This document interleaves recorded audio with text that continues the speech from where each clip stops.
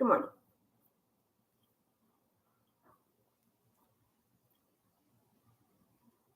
I think I just did the Trump dance, the Trump inauguration dance. I don't know if anybody saw him and Elon Musk dancing together, but I mean, I don't dance at parties either, so I don't have room to talk, but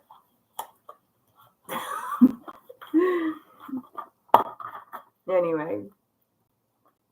All right, so today is, get out of here. All right, today is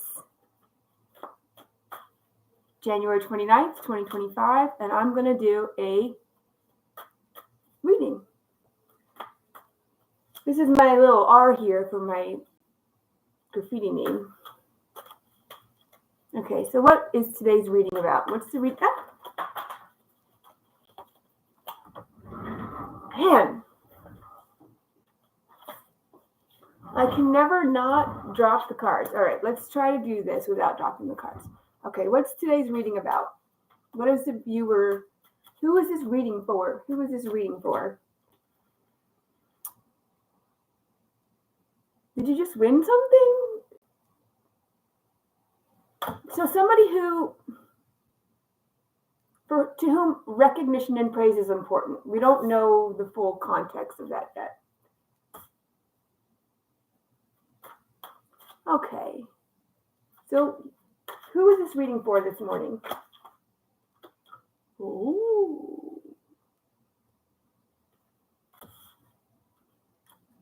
Are you maybe living for other people's validation and approval? Are you unable to make a move unless somebody tells you that your move is good and you're great? This might be your reading. Okay. So this is for the person who might be addicted to praise, might chase that positive feedback. I want to get one more at least one more piece of identifying information.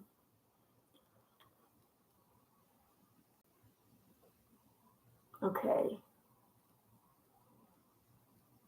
So you have it all wrong. You have it all wrong. Your approach is completely wrong for you. You don't need this because you are this. So this is a high priestess. The high priestess is very, she's quiet, she's intuitive. She doesn't tell you everything because she knows you have to learn things yourself. She's wise and knowing, and she kind of just sits there and she, waits to be, approached or sought out for advice. A lot of tarot readers like to talk about like the new age concept of like feminine and masculine, and the high priestess is, an exalted feminine identity. I don't know why I went down that road. I know, because a lot of other readers will say, in your feminine power, you attract, you don't chase. Maybe, but either way, this right here is desperation, and this right here is quiet confidence. And this is who you really are, so I don't know why you're messing with this. All right, let's find out. Why are you messing with that? Why do you feel like you need other people to tell you you're good enough? I mean, relatable, I think we can all relate to that. But why is for you, it's like a problem. For you, it's like an addiction. All right, why do you think other people need to tell you you're good enough?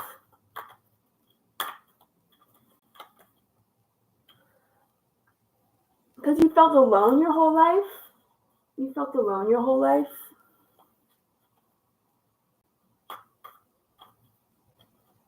And so why, to being alone, why do you need praise from others?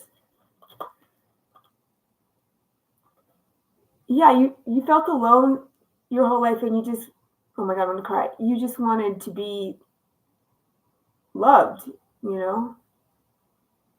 And I guess you maybe gave up on that possibility, so you thought that you just get this praise.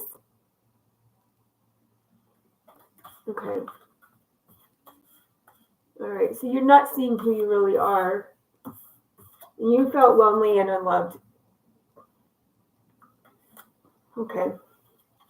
Let's get a little more. So why did the viewer feel lonely and unloved? It's too many. Why did the viewer feel lonely and unloved?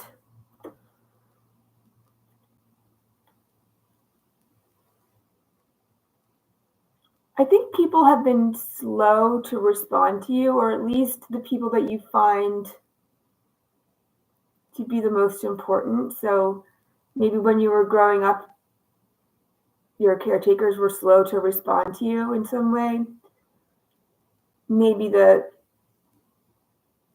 people that you fall in love with are slow to respond to you. Okay. So you take love where you can get it.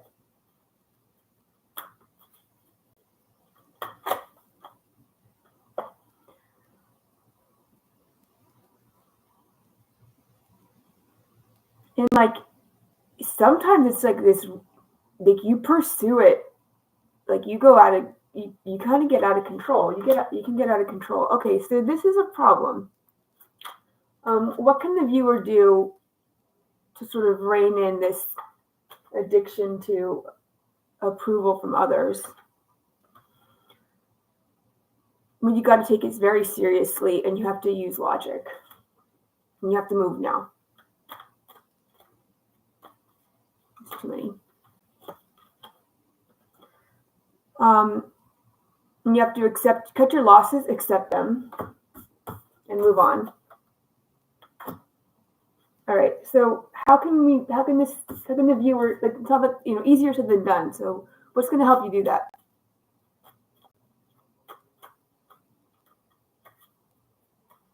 Okay. So fight for your happiness. Fight for your happiness, and that doesn't mean that you go get out of control chasing this fake happiness. No. No. Don't get out of control chasing fake happiness from people that you don't care about, that don't matter to you. No. Chase your real happiness. Fight for your real happiness. Okay, what is that? How do you figure that out? All right. How do you figure out what really makes you happy? What really makes my viewer happy? How do they figure it out?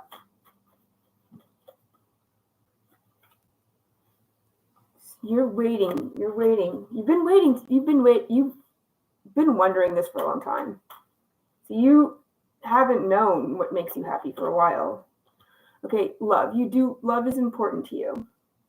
But true love, not this. Not this praise, not the attention from people you don't care about, that don't mean anything to you. But you've been waiting for love your whole life. That's what you care about, so that's what makes you happy. All right, so how do you fight for that happiness? It's certainly not by doing this. By seeking approval from people that you don't care about. All right. How does the viewer fight for their happiness?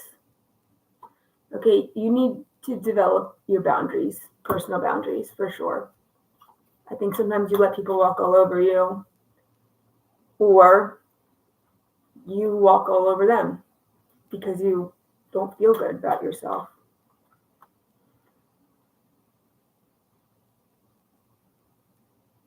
Yeah, I don't know. I don't know how that helps. So how does the viewer maintain these boundaries to fight for fight for being their lovable true self, you have to walk away from something. You have to walk away from immature energies that are just kind of giving you ideas and nothing else, and are like maybe even kind of bratty and mean. So if you have like an immature energy, I'm not talking about like your kid. Don't walk away from your kid, obviously. I mean like hookups or, friends with benefits. Like, that's not fulfilling you anymore. In fact, it's making you really confused. And you're not used to being confused because you're not easily confused. All right.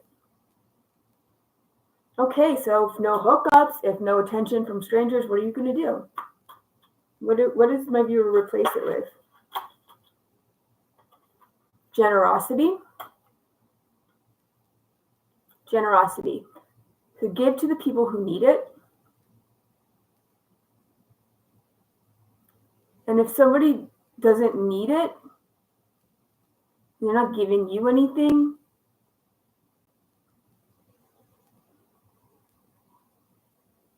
just watch where your energy is going, because you only have so much and you don't want to pour it down the drain to the wrong source. And I'm not saying that, so, you have been chasing people. So wait, where is that? Yeah, so you have been chasing people, and it's been like addictive for you. And that's not an equal give and take. So either you give back to the people and to your community as they need it, or you form a reciprocal partnership with a peer. Okay, so in the meantime, get back to, okay, so let's get some advice on, I guess, the non-romantic aspects of this, of how you're going to replace this attention-seeking behavior. So non-romantic. Yeah, so you need to stand up for yourself. Romantic. Okay, so what about romantic prospects? How should the viewer, what should the viewer do to ensure reciprocity in her love life, their love life? So I think you're prone to Delulu. Who isn't? I mean, who coming to a tarot reading hasn't experienced some Delulu, right? So again, I think I'm going to try to make an effort to say this in every reading. I'm agnostic about whether there is anything over and above our natural world. So I'm agnostic about whether there is any such thing as, a spirit with intention and supernatural ability or anything like that. I like to believe in that. I think it's certainly possible that, these well-intended, powerful, like supernatural spirit entities could speak through tarot. I think that's possible, but I don't think that we're entitled to believe that.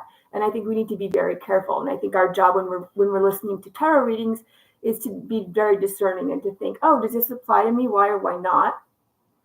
And then, especially if somebody's making a prediction about the future or telling you the contents of somebody else's mind, then it's your job to know that you cannot take that prediction or that mind reading or whatever for granted as true. You cannot. You're not entitled to that, to believing that.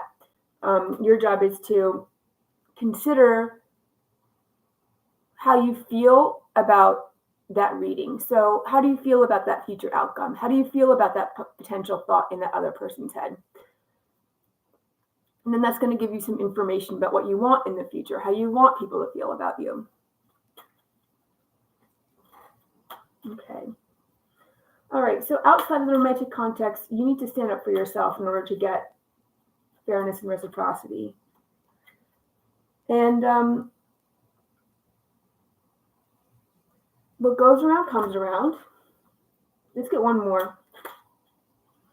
And you're really, honestly, you're blessed. So outside of romance, and maybe you are in romance too, but outside of romance, please don't be afraid to stand up for yourself, because the sun is shining on that option. I don't think that anything bad actually comes from you standing up for yourself. Your desires, unless it's to, chase somebody and make them praise you, which is selfish and bad, and you need to stop that. But your real, true desires, who you really are, they're very good. So the more light that shines on your who you really are, standing up for yourself, the better. It's only going to go well. All right. So, what about romance? Let's hear about like how the viewer can get reciprocity in the romantic realm. So, discerning for sure. Something about strategy. I'm hesitant to tell you to be strategic in love, but maybe you should be in a way. All right. So maybe putting these together, you have a tendency to you're prone to delulu, right? And I think an antidote to delulu is to have a strategy.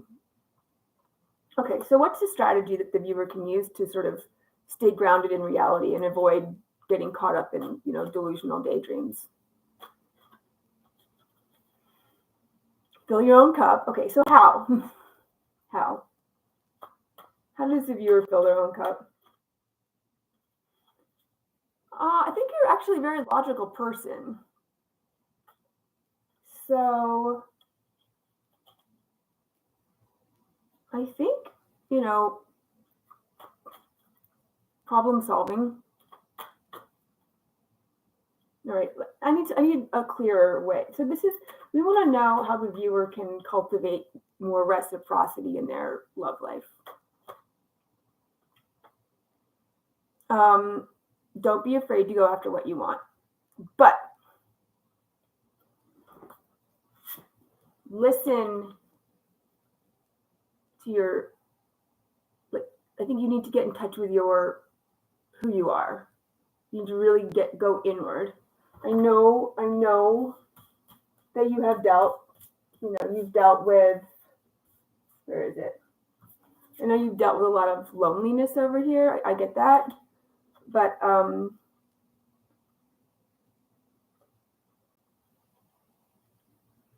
I think if you make an effort to really get in touch with who you are, when you go after what you want from that place, you'll be good. If you're going if you're pursuing something because you're running from loneliness, that's when things go awry, So advice to you is to really learn who you are and then go after what you want once you know who you are. I think that's it. I want to leave you with one last little summary here. Okay, hope and healing. That's great news. So you have no reason not to be hopeful. You have been stuck in this cycle of chasing praise and you've been addicted to it. And I can understand that feeling of hopelessness. You have felt hopeless here with the Five of Cups, but you have so much to who you really are that you have no reason not to believe in yourself and not to have hope. But you do need to, heal your heart a little bit from all of this nonsense.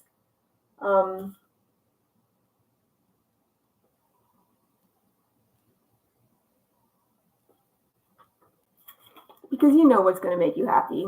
Look, there's a little happy family, and it's not even about money for you because you got the 10 of Cups. You didn't get the 10 of Pentacles. 10 of Pentacles is great. I'm not trying to shade it, but that's not even what you care about. So, just be honest with yourself. Trust yourself, because you are going to be just fine. All right. Have a lovely day.